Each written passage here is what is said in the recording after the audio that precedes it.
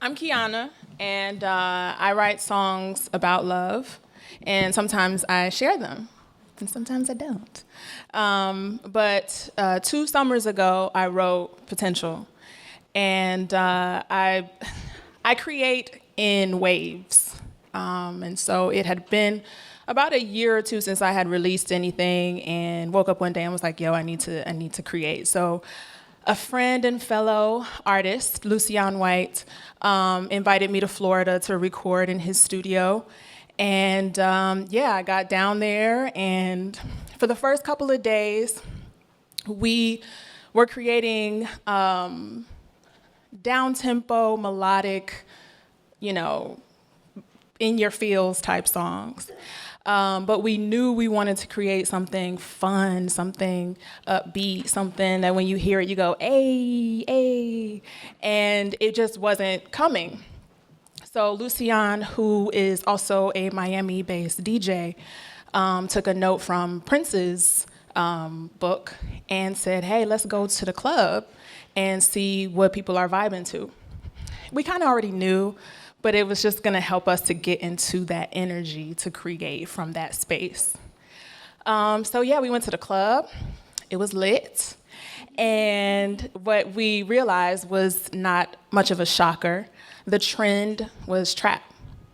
And so I am very much not a trap artist. I don't have anything against trap, but I'm not trap.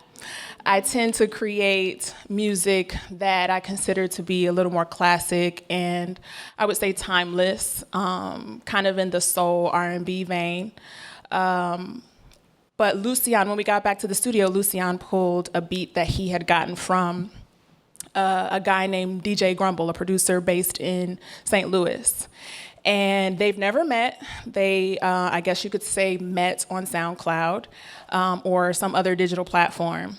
And when he played Grumble's track, it was like, yo, this is dope. You know, it was like this infectious, percussive, bass-driven, samba meets R&B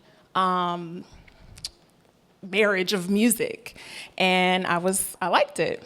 So when I started writing the song, I knew that I wanted it to be about the potential of a relationship. And I knew we wanted to incorporate somewhat of a trap element.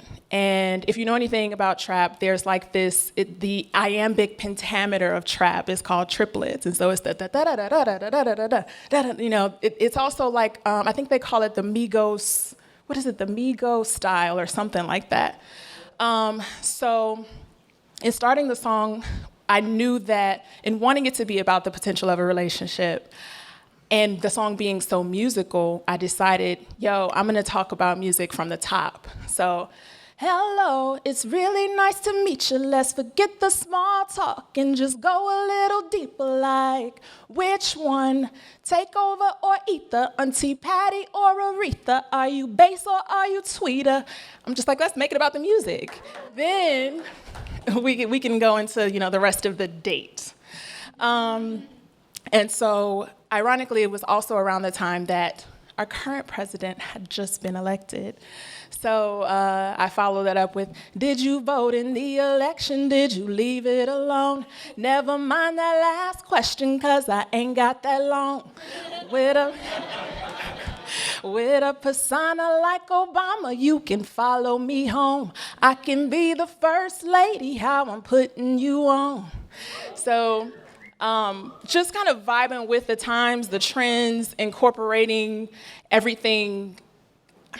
It was an attempt to keep our finger on the pulse of what was current while at the same time giving a nod to this classic sound that it turns out Grumble had gotten the track. It was a sample from a Brazilian artist by the name of Marcos Valle.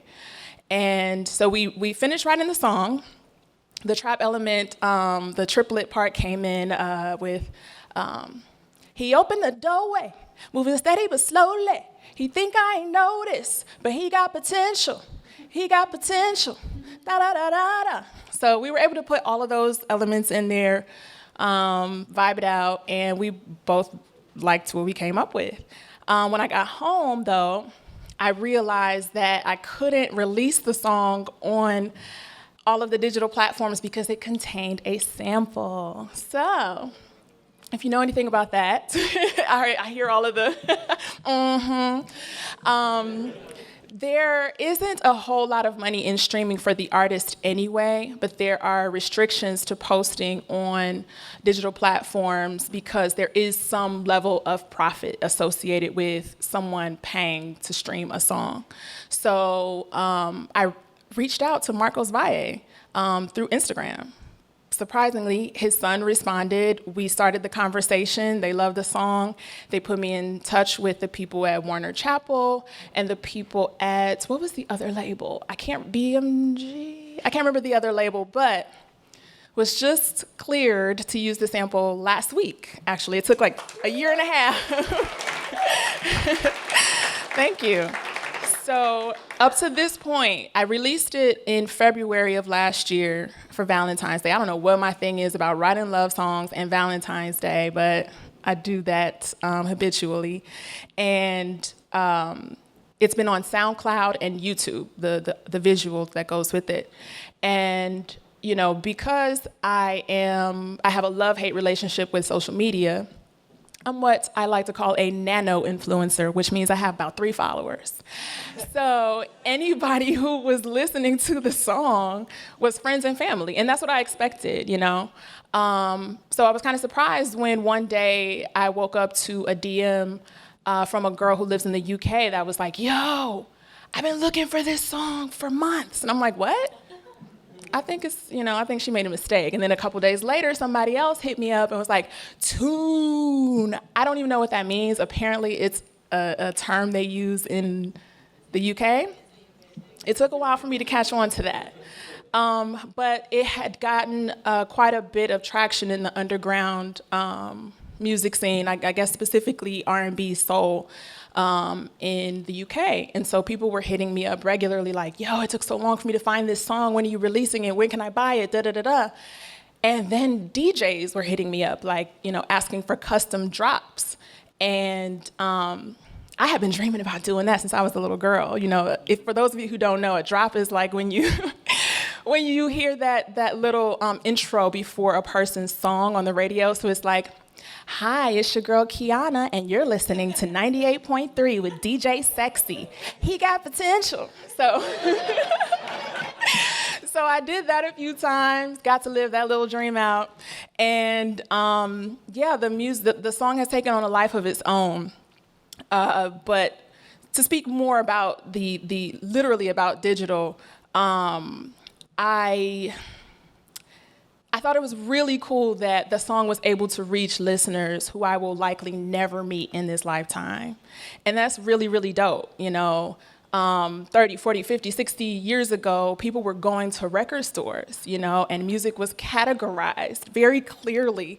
You know, if you liked rock and roll, you were in this section. If you liked gospel, you were in this section. And now, due to the potency and the power of music, we're able to cross genres and play around and be creative and not necessarily stick to one thing. And I enjoy that freedom. And so I think about artists like Soulja Boy, who kind of pioneered he just took full advantage of what digital can do, the massive reach that he had. He took that and he made that his own. Ryan Leslie did the same thing. More currently, Lil Nas X, who was completely shut out of the country charts, the genre, because they did not feel that his song had enough country elements. So his digital footprint was able to secure him a collab with Billy Ray Cyrus, and he was able to penetrate that very genre that had attempted to lock him out. And I think that's really, really cool. I think that's what, it seems that digital has a lot to offer.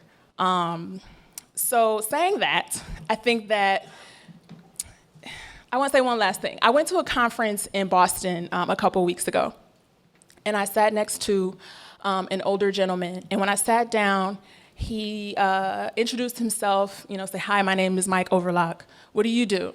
And I said, I own a company of artists that create custom music experiences. And he said, oh, okay, you're in music, and his eyes lit up.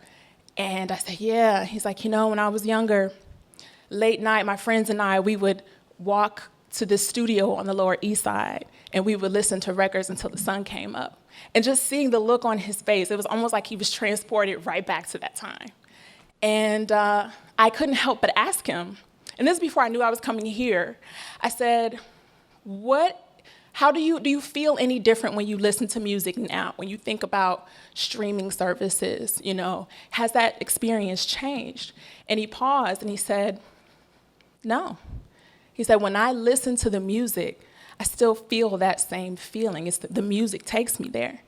And that's not what I was expecting. I was expecting him to be this, OG who was like, yeah, music sucks now, and you get these, it doesn't sound the same as vinyl does, and that wasn't his response at all, and I was really intrigued by that.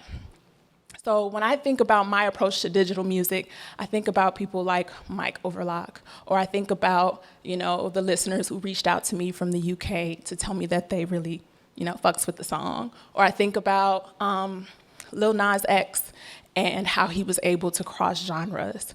I think about the listener that reached out to me a couple weeks ago to tell me that they heard the song at a St. Lucia Jazz Festival. Like, what? How? And then I think about the fact that I wrote a song called Potential. And when you think about potential, you think about what something can be. So when I think about my approach to digital music, I think about the power, the potency, and the potential. So now I just wonder, what are the possibilities? Thank you.